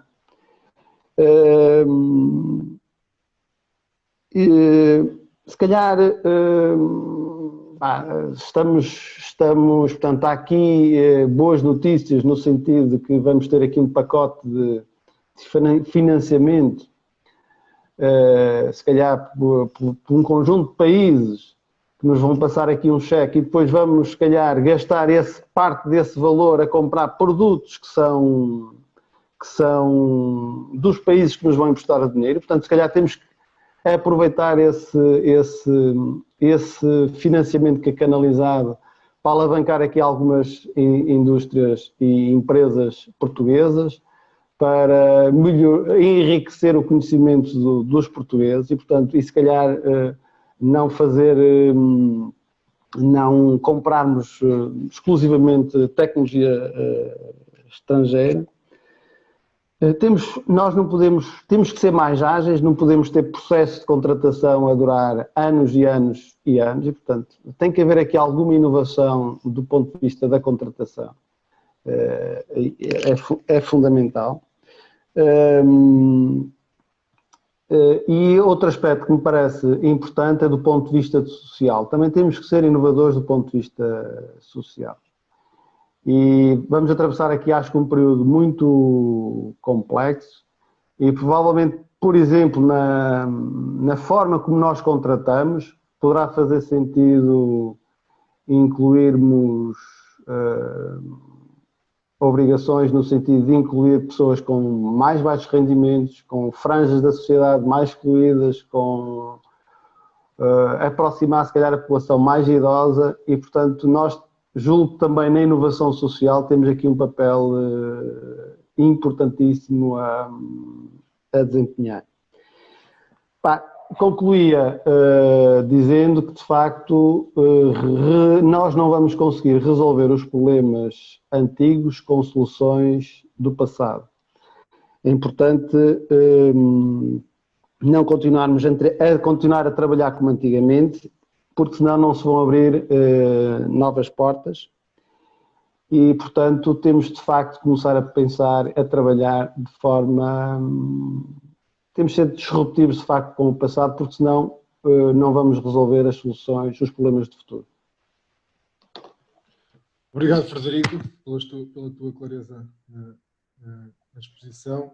E também pelo cenário que está por trás de ti, percebe-se logo a tua visão diferente de abordar estas questões. Passava então agora ao Pedro. Pedro, a bola é tua. Eu vou-me começar a queixar também aqui como o Miguel Carrinho, para que isto falar em penúltimo começa a ser muito complicado também.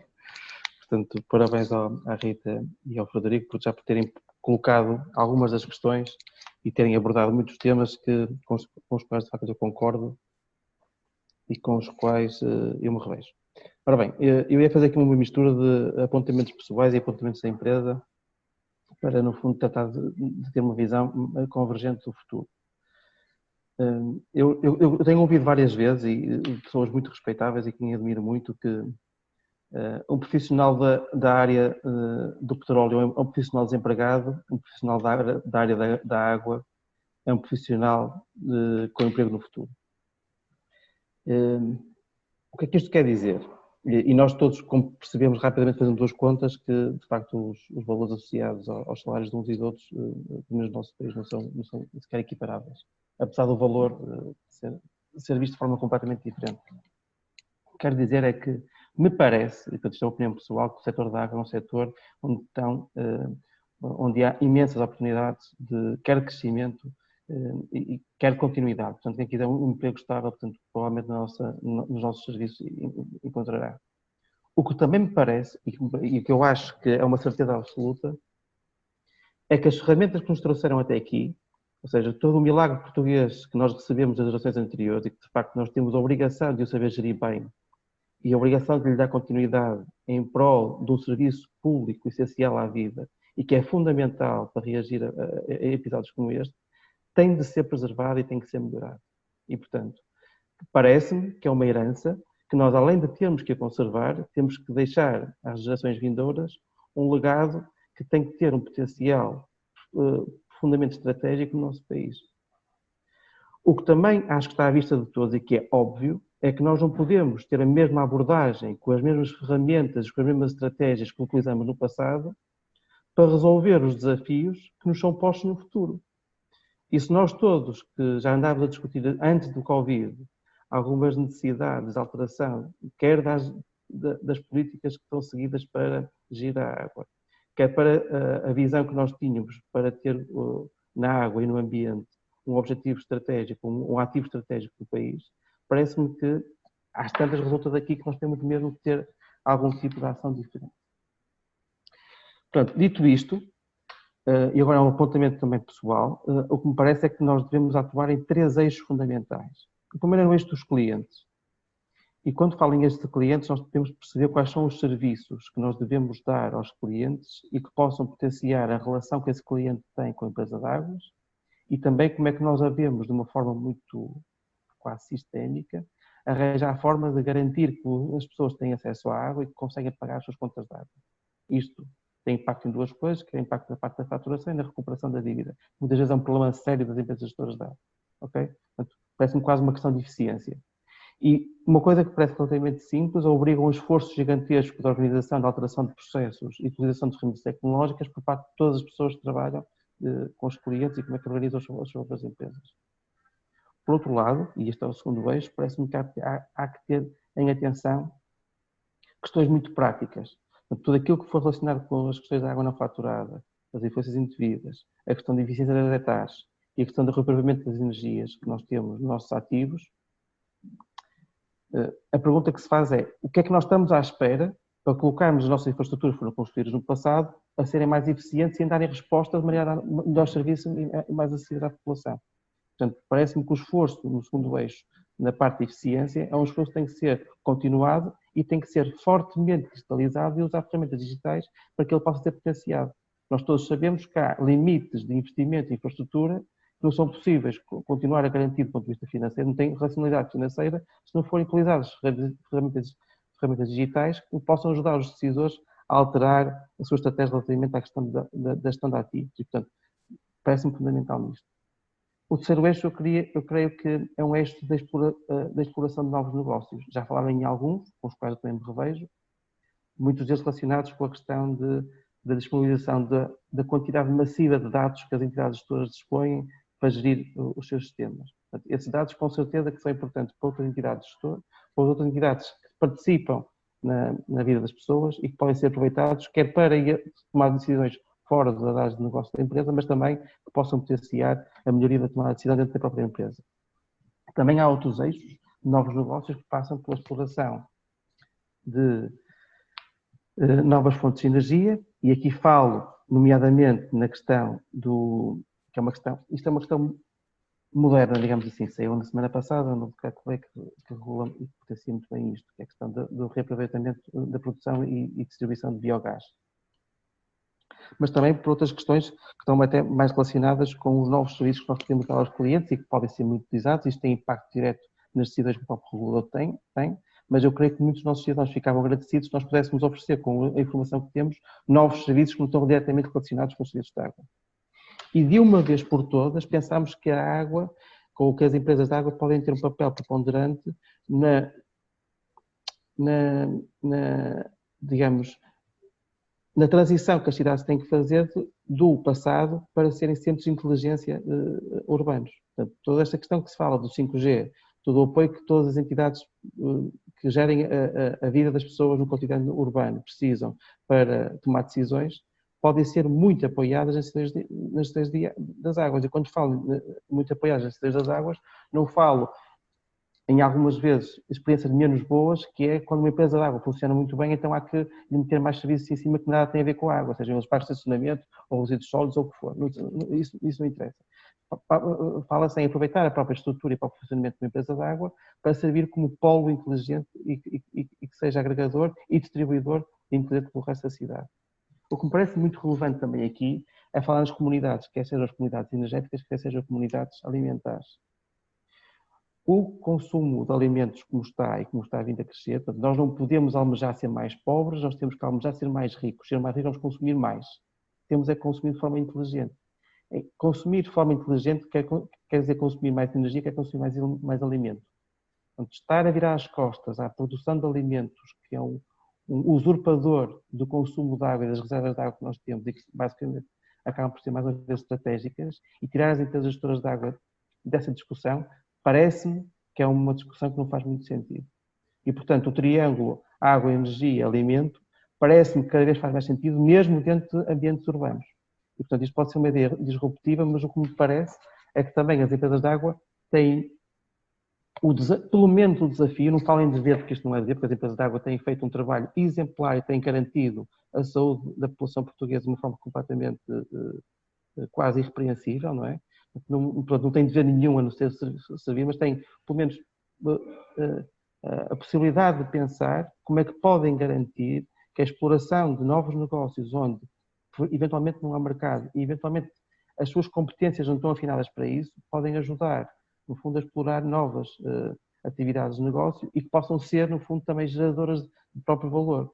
Eu só queria terminar, e desculpa se me estou a alongar, Nuno, para ressalvar aqui um ponto que foi bem sublinhado, quer pela Rita, quer pelo Frederico. Para a maior parte das entidades gestoras, o acesso à tecnologia é um acesso que não requer muito esforço. Portanto, nem requer esforço técnico, nem esforço financeiro. Portanto, o acesso à tecnologia normalmente não está vedado às entidades gestoras. Portanto, o que é preciso saber é como é que se há de usar bem a tecnologia. Portanto, basicamente, o segredo não é comprar mais tecnologia e meter mais tecnologia em cima das entidades todas. O segredo é mesmo utilizar a tecnologia nos sítios certos e que, de facto, tem valor acrescentado para o negócio. E, no fim de tudo, ter valor acrescentado para o negócio é ter valor acrescentado para as pessoas, que agora é para a população. Portanto, eu creio que nós todos temos um imenso, temos a sorte de estar num imenso mundo em que temos que, no fundo, pegar nas pessoas que trabalham nesta área e conseguir transportá-las para um futuro, que é um futuro risonho, que é um futuro de estabilidade, é um futuro que as pessoas vão precisar dos nossos serviços, não é? Mas de forma completamente diferente, em que basicamente a adaptação tem que ser feita daquelas pessoas que trabalham no negócio para dar melhores serviços à nossa população. Parece-me que é isto que, pelo menos é a visão que eu tenho, e dou um toque pessoal, portanto, fazendo aqui um disclaimer, estou aqui a comprometer a empresa, está bem? Sim, sim. Tá. Muito obrigado, Pedro. Miguel, sem mais demoras, passo para ti e para a tua opinião. Obrigado, Nuno. Então, relativamente a isto, eu gostaria de começar por abordar um aspecto que me parece que é absolutamente fundamental e que nem sequer está diretamente relacionado com a pandemia, mas que também penso que ficou patente nestes últimos tempos e que tem a ver com a valorização do setor e dos seus profissionais. O Pedro dizia há pouco, portanto, que lá está, que os profissionais da água, do setor da água, têm futuro e têm emprego e os do petróleo não. Mas a verdade é que os profissionais, muitas vezes os próprios profissionais do setor, não veem as coisas dessa forma. Talvez porque não conseguem percepcionar, porque a realidade é essa, que a sociedade como um todo valorize devidamente aquela que é a importância dos serviços da água. E eu tenho muita pena que, mais uma vez, que tenhamos assistido a responsáveis políticos de topo a valorizar o papel do pessoal da saúde, que obviamente teve um papel específico e muito particular, os senhores da energia, os senhores das telecomunicações, quer dizer, eu acho que devem ter valorizado quase tudo, e se calhar foi falha minha, mas não tenho ideia de ter ouvido propriamente grandes referências aos profissionais do setor da água. Isso é verdade, que se não houvesse médicos nos hospitais não podiam tratar as pessoas, eu também gostava de perguntar que se os médicos estivessem nos hospitais sem água, como é que tratavam as pessoas? E de facto a verdade é que, pronto, eu pessoalmente, e nem estou a pensar tanto em mim ou em nós que estamos aqui, estou a pensar aquelas dezenas de milhares de heróis, quer dizer, homens e mulheres que mesmo naquela altura toda tiveram que continuar na rua e a fazer o seu trabalho, principalmente numa fase inicial em que havia muita desinformação e muito receio, e que de facto as pessoas tiveram uma disponibilidade enorme, um sentido de missão, fizeram o seu trabalho, e acho que o mínimo que podia ter acontecido era haver, digamos, esse reconhecimento público por parte dos nossos responsáveis políticos. E eu refiro este aspecto porque, quer dizer, não é só este reconhecimento público, é que isso depois reflete-se na forma como a sociedade olha para estes serviços e os valoriza ou não valoriza. Porque não é de todo esse o tema, mas eu julgo que é sempre um tema que está presente, que é se a sociedade não valorizar devidamente estes serviços, a importância deles, tudo aquilo que eles representam, os grandes desafios, todas estas necessidades de investimento, não vai conseguir nunca percepcionar o real valor da água e, portanto, no final do dia vamos andar sempre aqui a discutir as tarifas e os aumentos das tarifas e o facto de muitas entidades gestoras não terem condições para fazer os investimentos necessários. E já estamos no século XXI, já passaram 20 anos desde que viramos o século e, portanto, de facto, eu acho que não há grandes dúvidas que este setor é um setor de futuro, que os desafios são enormes, que vamos ter que ter aqui mudanças muito profundas, que vamos ter que fazer investimentos muito significativos e se calhar ajudava que quem tem responsabilidades e quem tem, porque as responsabilidades depois também trazem a visibilidade, quer dizer, e uma coisa é cada um de nós, entidades gestoras, tentar fazer e passar essa mensagem à população que serve, e outra coisa é no espaço público, e o engenheiro Rubinho, aliás, até refere muitas vezes a esses exemplos, que é quase quando se refere, quando se chama depois os jornalistas e os órgãos de comunicação para vir cobrir os eventos da água, quer dizer, não tem, lá está, depois é o reflexo disso, quer dizer, não há propriamente aqui um grande interesse, quer dizer, porque não é, a não ser quando falta água e quando há seca, portanto, normalmente a água não é tema. E isso tem que mudar. E esse acho que é um dos aspectos, lá está, não tem diretamente a ver com esta pandemia, mas não me canso nunca de o trazer para cima da mesa, porque acho que é mesmo muito importante. E é muito importante porque acima de tudo, eu acho que, lá está, mais do que as ferramentas, o digital, o que precisamos e o que espero mesmo que esta situação com que nos aconteceu e com a qual temos que lidar, que permita aqui uma mudança de mentalidades, porque efetivamente penso que temos que mudar o paradigma. Portanto, algumas das coisas que a Rita, o Frederico e o Pedro disseram, quer dizer, portanto, isto tudo do teletrabalho, por exemplo, é preciso que as pessoas mudem a mentalidade. Quer algumas pessoas que estão em teletrabalho, porque não vamos ser líricos e achar que todos cumprem e todos são, haverá exceções, dos decisores para encararem com confiança também esta nova realidade, dos outros colegas das empresas e das outras pessoas que muitas ainda olham com desconfiança e quando a gente diz, não estou em teletrabalho, olham assim,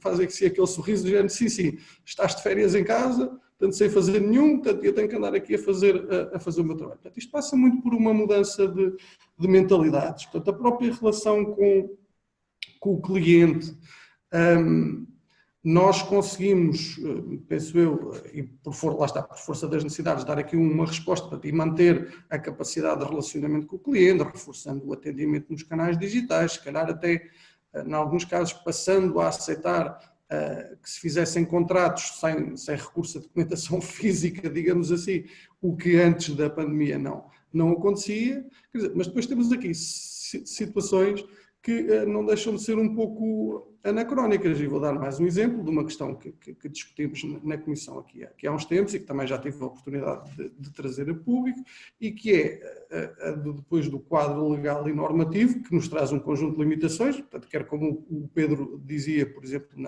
alguns dos serviços ou de áreas que podíamos tentar explorar, quer depois determinando que, por exemplo, que a regra seja a da emissão da fatura em papel para todos os clientes.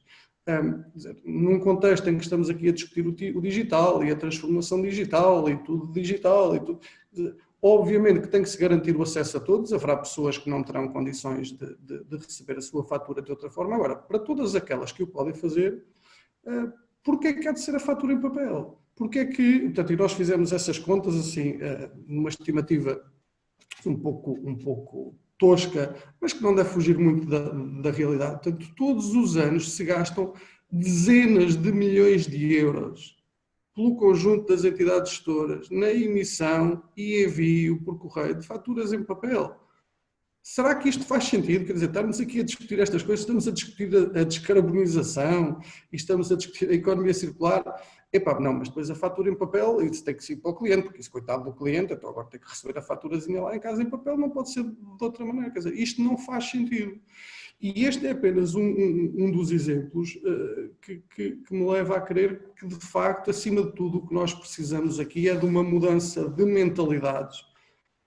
por parte do governance, não só do governance das entidades, mas também do governance do setor, porque de facto ou a mudança é feita de uma forma transversal, pela forma como as pessoas, todas as pessoas, quer as que estão no setor, quer a sociedade em geral, olha e valoriza e percepciona o valor da água e dos serviços que levam a água até a casa das pessoas. Se não for assim, temo que continuemos este processo, lá está, nós vamos continuar a digitalização, vamos investir em equipamentos mais eficientes, vamos aumentar a nossa eficiência e eficácia, mas no essencial vai continuar a ser mais do mesmo. Portanto, aquilo que eu gostaria de facto é que esta pandemia da Covid-19 ajudasse a mudar as mentalidades, porque se mudarmos as mentalidades será mais fácil mudarmos tudo o resto, e portanto era terminar com esta nota. Okay. Obrigado, Miguel. Agora pedi à Patrícia, julgo que já selecionou algumas questões, que as colocasse aos oradores. Depois dessas respostas eu iria concluir com duas ideias-chave e depois passaria ao engenheiro Rui Godinho, a quem iria fazer os comentários finais. Mas vamos então às perguntas dos nossos participantes. Olá, bom dia a todos. Parece-me que está a ser uma sessão muitíssimo produtiva. Há aqui uma outra questão que foi colocada e que tem vindo a ser respondida já pelos oradores. Contudo, há aqui uma primeira colocada pelo André Santos, da Câmara Municipal do Barreiro, que me parece muitíssimo interessante e muito alinhada até com aquilo que é um projeto aqui da própria Comissão Especializada de Inovação, que não tivemos a oportunidade de concretizar de uma forma mais efetiva, dado este período todo, mas que eu iria pedir ao Miguel Carrinho para dar resposta e vou então formular a pergunta. Portanto, a pergunta é: qual é que é a opinião sobre um potencial Sistema Nacional de Inovação Aberta, suportado por uma plataforma que permita um acesso global, portanto, entidades gestoras, centros de conhecimento, empresas. Pronto, parece-me que o Miguel percebe porque é que eu lhe estou a dirigir a pergunta. Miguel, por favor. Obrigado André, pela questão. De facto, não tive a oportunidade de referenciar essa iniciativa, mas no pré-Covid, de facto, no início deste ano, o projeto-chave, digamos assim, ou aquele que nos iria consumir mais atenção e mais tempo para a nossa comissão, seria de facto o lançamento, a concretização de um projeto que chamámos H2OIN, portanto que seria o H2 Open Innovation, em que o objetivo era de facto criar ou potenciar a criação de ecossistemas de inovação envolvendo, digamos, toda a cadeia de valor, portanto, desde as entidades gestoras, os centros de investigação, portanto, as universidades, portanto, as startups, os fabricantes de tecnologia e os potenciais financiadores, procurando, quer dizer, nós, Comissão, e aqui, obviamente, com o papel possível, que seria a de dinamizar a criação destes ecossistemas e potenciar depois a criação de projetos, a concretização de projetos entre estes vários stakeholders. Naturalmente que depois, a partir de um dado momento, a concretização desses projetos ficaria a cargo dos seus parceiros, mas no fundo aquilo que sentimos foi efetivamente aqui digamos, uma necessidade e uma oportunidade de potenciar e no fundo aproximar as várias partes interessadas, porque sentimos que, lá está, se algumas entidades gestoras, ou pela sua dimensão, ou pela sua predisposição e até experiência passada em projetos colaborativos com outras entidades, portanto, temos aqui as Águas do Porto, ou as Águas do Norte, que são casos que conheço melhor e que penso que são excelentes exemplos, o caso da Inova em Cantanhede também, a Câmara do Barreiro, portanto, estou certo que também terá, não conheço tão bem, mas voltamos à tal questão, que é a generalidade do setor. Penso que precisará ainda de um empurrãozinho e tudo o que possa ser partilhar experiências, potenciar, aproximar estas várias entidades, principalmente um nicho que muitas vezes não vemos tão presente. Projetos entre entidades, gestoras e universidades ou centros de investigação já vão sendo mais comuns, por exemplo, envolvendo startups, já não são tão comuns. As próprias startups, muitas vezes, pela sua natureza, não têm tanta facilidade em chegar diretamente a esta ou àquela entidade. Obviamente, claro, depois temos os casos dos grandes meios, onde temos as universidades, é mais fácil. Para as outras entidades gestoras não é assim tão fácil e, se calhar, às vezes, para as próprias startups é mais interessante ter uma pequena entidade gestora, por exemplo, no meio mais rural, para testar uma determinada solução, do que propriamente uma entidade gestora do meio urbano. Portanto, responder afirmativamente sim, é um projeto que temos, não o abandonamos, tivemos que recentrar um bocadinho aqui as nossas atenções e redefinir a estratégia, porque a estratégia de montagem do projeto passava muito por eventos presenciais, sessões de brainstorming. Claro que podemos transformá-las para o digital, mas a pandemia de facto veio atrasar um pouco a implementação do projeto, mas ele não está esquecido, está só, digamos, um pouco atrasado. Patrícia, temos mais algumas questões? Sim, ou pelo menos mais uma antes de fechar. Sim. Pronto, há aqui uma questão que eu penso que tem vindo a ser mais ou menos respondida. De qualquer forma, se calhar eu pedia aqui a todos que dessem só uma pequena nota, porque parece-me que a pergunta se alinha na perspectiva do regresso efetivo aos locais de trabalho. Se realmente, atualmente, vimos isso como uma possibilidade real e iminente no pós-Covid, não é? Ou se realmente iremos manter aqui uma abordagem mista ou híbrida no contexto laboral, mesmo passada esta situação toda da pandemia. Portanto, o que é que se perspectiva nas vossas entidades gestoras e qual é que é a vossa opinião sobre esse assunto? Posso começar eu? É assim, no município do Barreiro, neste momento, em teletrabalho, praticamente já só estão pessoas que são doentes de risco. As outras pessoas, geralmente até por iniciativa própria, voltaram naturalmente às instalações, preferem o social, não sei, preferem estar aqui. E pronto, salvo uma ou outra exceção também de pessoas com filhos menores e que ainda lhes dá mais jeito de estar, e pronto. A grande realidade é essa, temos praticamente todas as pessoas em trabalho presencial, mas realmente o teletrabalho não é uma opção de descartar. Acho que sim, acho que devemos continuar a manter essa possibilidade, poderá facilitar muitas situações. Penso que a Câmara do Barreiro, não sei muito bem qual é a perspectiva futura do município, portanto só posso falar em meu nome particular, mas acho que sim, acho que não é uma solução para descartar, é uma solução para termos em cima da mesa e utilizarmos sempre que se achar mais adequado. O regresso, propriamente dito, foi facilitado porque as nossas instalações aqui, no que diz respeito aos serviços de águas e saneamento e resíduos também, está em conjunto, foi facilitado porque pronto, tínhamos espaço. Há uma ou outra situação em que estamos a prever a colocação de painéis acrílicos, mas é mesmo só uma situação, duas. E pronto, a situação no Barreiro é essa.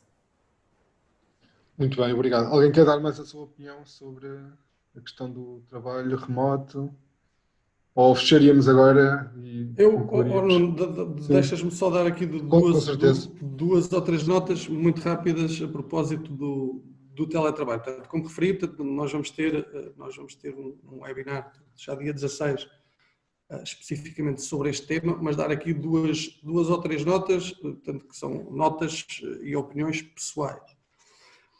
A primeira nota e a primeira opinião é que, creio, para a generalidade das pessoas, esta experiência que houve de teletrabalho tem que ser vista com com alguma relatividade. E isto por duas razões muito simples. Portanto, a primeira é porque foi imposta, né? Portanto, foi forçada. E foi forçada e foi integral, ou seja, portanto, foi estar todo o tempo em teletrabalho. E depois também porque, na maior parte dos casos, estamos a falar de pessoas que ficaram em teletrabalho e com processos, digamos, de tutoria e de assessoria de miúdos a ter escola em casa e com trabalhos para fazer e com mais uma série de coisas. Portanto, eu diria que esta experiência tem de ser vista, portanto, assim, dentro deste contexto. Isto porque, desde logo, por exemplo, em relação a este último aspecto, uma coisa é uma pessoa estar em casa, focada, durante o tempo que tem que estar, portanto, a fazer o seu trabalho, portanto, e outra coisa, naturalmente, é ter que estar a fazer isso e, simultaneamente, a dar apoio a crianças que estão a ter escola e que precisam de apoio para a realização das suas tarefas. E, portanto, isto para dizer o quê? Que penso que ainda precisamos aqui de mais algum tempo para contextualizar e para perceber melhor como é que as coisas vão correr em termos do teletrabalho.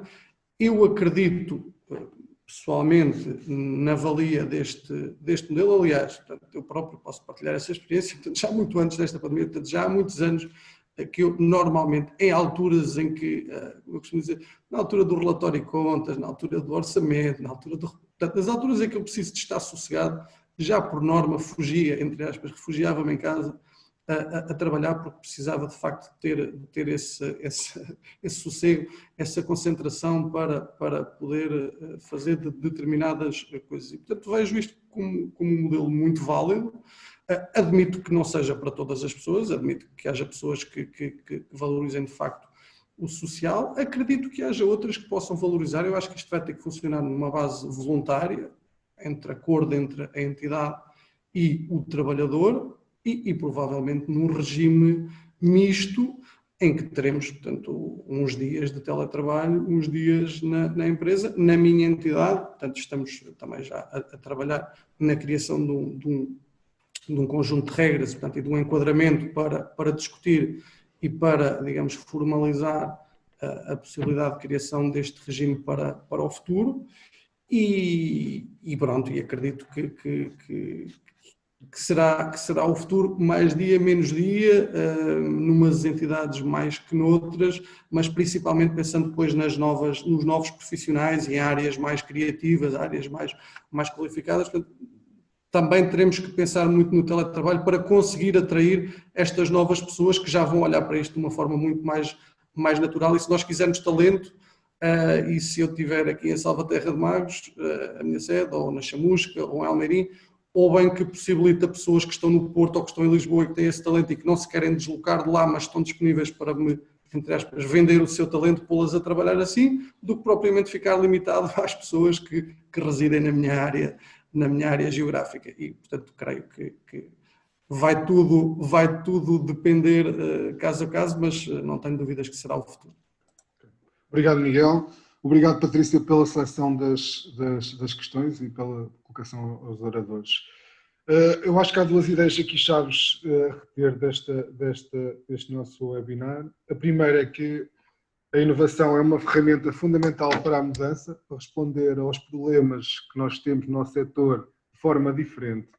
Mas também nos parece que a inovação só será útil se responder a desafios reais, devendo evitar-se que se concentre em atividades desligadas do nosso setor. A segunda ideia-chave é que esta pandemia pode ser uma excelente oportunidade para quem ainda não o fez, para inovar e modernizar os serviços, tornando o setor mais sustentável, mais resiliente, mais digitado e mais adaptado às alterações climáticas. Antes de passar ao engenheiro Rui Godinho, a quem competirá os comentários finais, deixem-me só agradecer, em nome da Comissão Especializada de Inovação, a participação de todos. Foi um gosto moderar este debate e, em conjunto com a Patrícia. E obrigado mais uma vez, Miguel, Rita, Frederico, Pedro, pela clareza das vossas intervenções. Passava então agora ao engenheiro Rui Godinho. Obrigado.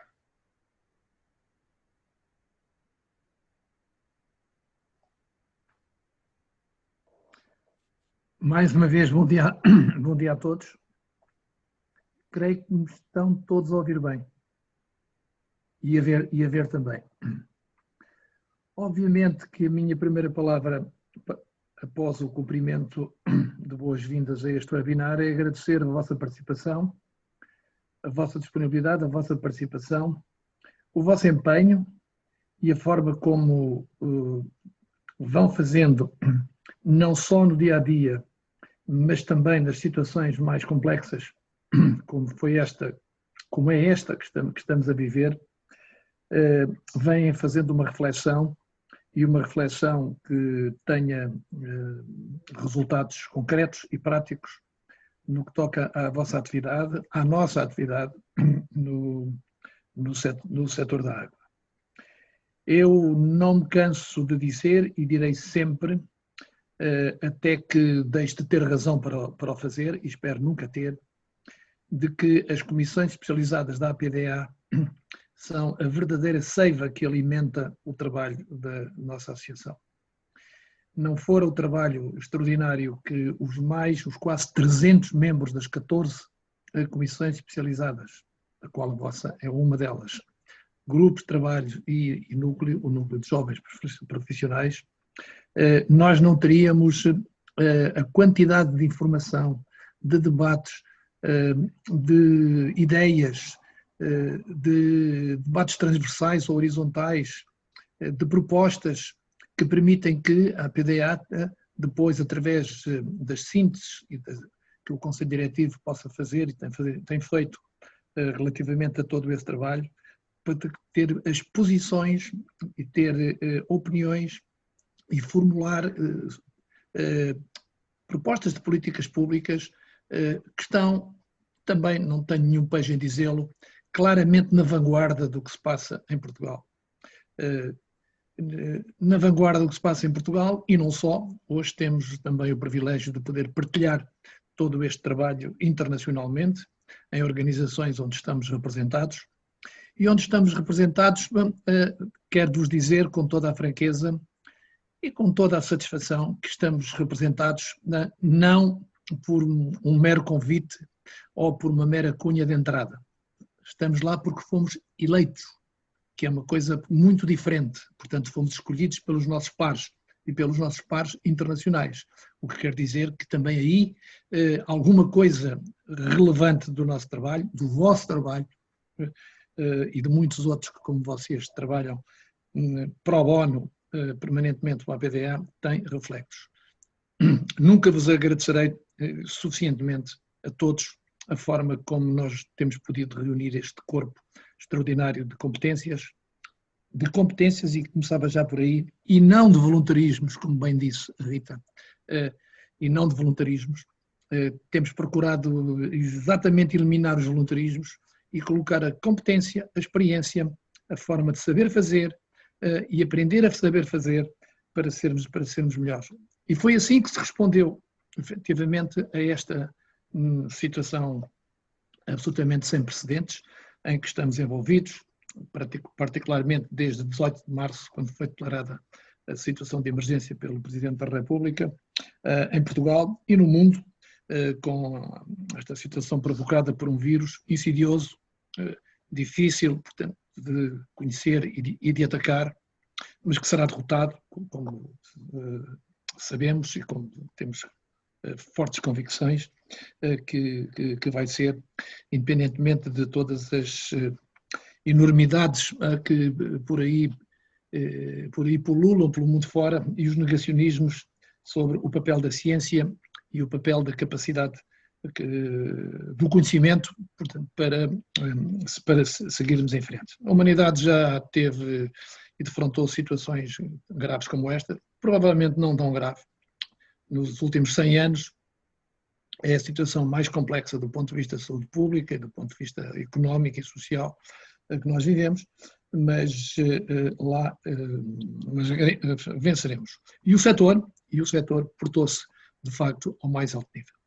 Ao mais alto nível, de uma forma em que podemos dizer que não houve falhas na água da torneira dos consumidores, não houve esgotos por tratar, por recolher e por tratar, não houve resíduos por recolher, com algumas exceções de alguns detalhes que foram introduzidos em alguns circuitos, em algumas autarquias, que eu não compreendo, devo dizer, mas isso é outra conversa, Mas no nosso setor, e começava já por aqui para vos dizer que a APDA e eu próprio notei, a partir de certa altura, que havia aqui uma falha grave da parte dos responsáveis políticos deste país, a todos os níveis, e que era fazendo intervenções públicas em que realçava o trabalho dos médicos e dos enfermeiros, que são, obviamente, credores de todo o nosso reconhecimento e de toda a nossa admiração, pela sua competência, não pelo seu voluntarismo, pela sua competência, pela sua capacidade de responder. E não havia palavra sobre isso. Se bem têm lido as APDA News, eu escrevi isso com alguma veemência e disse-o publicamente numa outra momento em que pude intervir, que era, havia aqui um reconhecimento obrigatório a todos os trabalhadores e a todos os responsáveis de todas as entidades gestoras de água e saneamento do país, a forma como conseguiram, como trabalharam, como se readaptaram praticamente da manhã para a tarde ou de um dia para o outro ao teletrabalho e à forma de funcionar, de tal forma que não houve um problema de água e saneamento em Portugal até este momento. E não vai haver, tenho a certeza, porque tenho uma enorme confiança naqueles que estão no dia-a-dia a garantir este serviço essencial. Escrevi-o com alguma veemência. E já agora, este país é um país muito, muito extraordinário, mas é o país de quem a gente gosta. 2 dias depois, lá veio uma pequena lembrança de uma senhora secretária de Estado a fazer um comentário de que o setor era merecedor, portanto, do reconhecimento e o ter feito. Bom, eu não quero aqui dizer que tenha sido o facto de terem lido aquilo que eu escrevi, ou aquilo que eu disse, ou aquilo que a APDA, portanto, referiu com alguma veemência sobre essa falta clara que havia, mas enfim, como diria o meu amigo António Guterres, quando trabalhávamos já há muitos anos no gabinete da área de sinos, e suponho que ele continua a dizer assim, mesmo como secretário-geral das Nações Unidas, é a vida. Ora bem, e como é a vida, vamos em frente. Portanto, tratar da vida, eu digo da vida, não é da vidinha, que é outra coisa, portanto, completamente diferente, como nós sabemos. Muito bem, Rita, fiquei muito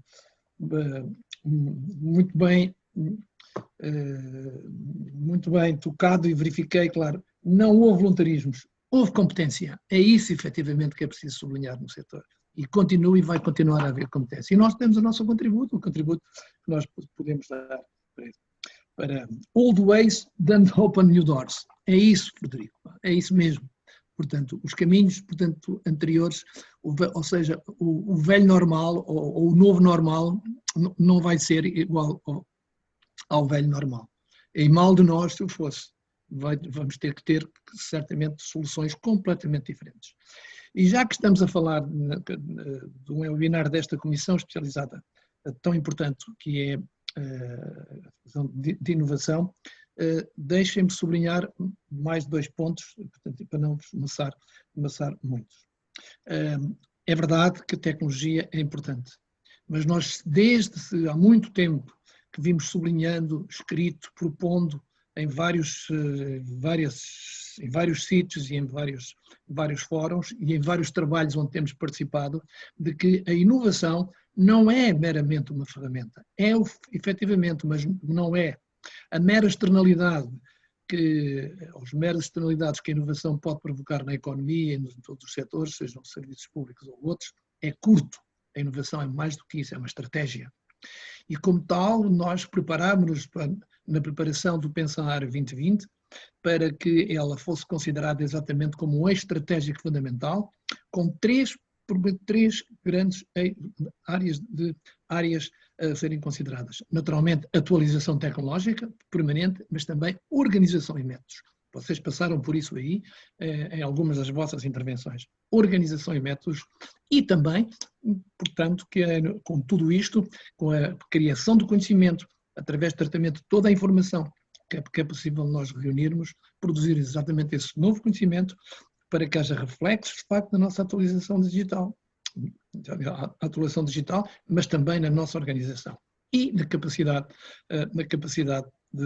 de gerar conhecimento e recursos que são sempre necessário termos.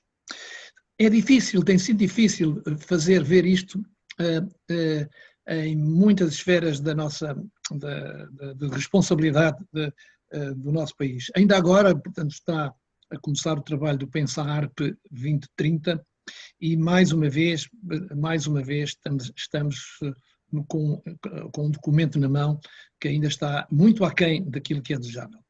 A PDA vai estar presente na comissão consultiva da realização deste PensaARP. Já produzimos um documento onde fazemos mais uma vez as propostas que fizemos há 4, 5 anos atrás para que no PensaARP 2020 a inovação fosse colocada e assumida exatamente nesta tripla perspectiva. Portanto, é uma estratégia, não é simplesmente uma ferramenta, é necessário investir na atualização tecnológica em permanência, até porque a inovação, também como estamos a dizer, é uma constante de vida das organizações. Quem não tiver isto em mente, portanto, organizações que não tenham isto em mente, não têm futuro. É uma constante da vida. Organização e métodos de preparação de recursos para o futuro. Mesmo no documento Costa e Silva, que agora está numa fase, digamos, de reelaboração, a questão relacionada, por exemplo, com a inovação na água não aparece.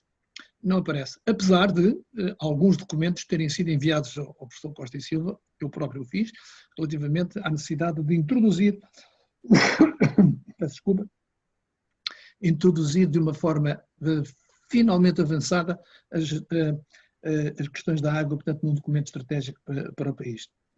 Ainda temos a convicção que isso ainda possa vir a acontecer.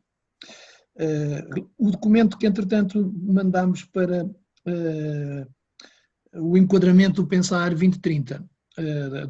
2030, vamos distribuí-lo por todos para que possam verificar se ele está ou não está já bastante próximo daquilo que deve ser a nossa posição e para que, se houver algumas sugestões ainda a fazer, nós possamos agora, durante a elaboração dos trabalhos dessa comissão consultiva, onde estaremos representados pelos dois vice-presidentes, José Henrique Salgado Zenha e o engenheiro Frederico Fernandes, presidente das Águas do Porto, vice-presidentes do Conselho Diretivo, que nos representam nessa comissão consultiva, poderem aí apresentar mais propostas. Só mais 2 comentários para não vos amassar muito. Foi o Frederico Lopes, suponho, se não foi ele, se foi mais um outro de vós, peço desculpa não ter aqui tomado nota. Introduzir maior preocupação com a melhoria na governança do setor. Completamente de acordo. E eu faço uma pergunta. Vocês conhecem este documento? Conhecem este documento? Este documento chama-se OECD Principles on What Governance. Portanto, os 12 princípios da boa governança da OCDE. É um documento estratégico dos mais interessantes e dos mais avançados que a OCDE produziu no Water Governance Initiative, que é um programa que decorre desde 2013, onde Portugal está representado pelo professor Francisco Nunes Correia e por eu próprio. E nós fomos 2 dos principais mentores e participamos na elaboração deste documento, que foi aprovado pelo Conselho de Ministros da OCDE em julho de 2015. Nós já publicámos várias vezes este documento e vamos continuar a publicá-lo. É a base fundamental para que as entidades gestoras, seja tem a ver com a gestão dos recursos hídricos, com os serviços de água e saneamento, possam discutir e depois recolher informação para aplicar aos casos concretos das vossas organizações. Ele já foi publicado, como digo, mais do que uma vez, está no site da APDA, vamos novamente colocá-lo. Há uma versão em português, esta que eu tenho aqui é em inglês, que está traduzida, para daí poderem recolher aquilo que possa ser interessante. Chama especial atenção, no caso da Comissão Especializada, para o princípio 8, que trata exatamente dos princípios da inovação e da forma de trabalhar para aplicar os progressos da ciência à inovação, aplicada concretamente aos serviços de água. E pronto, não vos maço mais, quero agradecer-vos de novo a vossa participação, o vosso permanente contributo para que nós possamos ter sempre conhecimento, dados novos, reflexões que tenham real conteúdo e real relação, portanto, com a realidade, para que a PDA possa continuar a dar os seus contributos para termos as melhores políticas públicas em Portugal. Muito obrigado mais uma vez.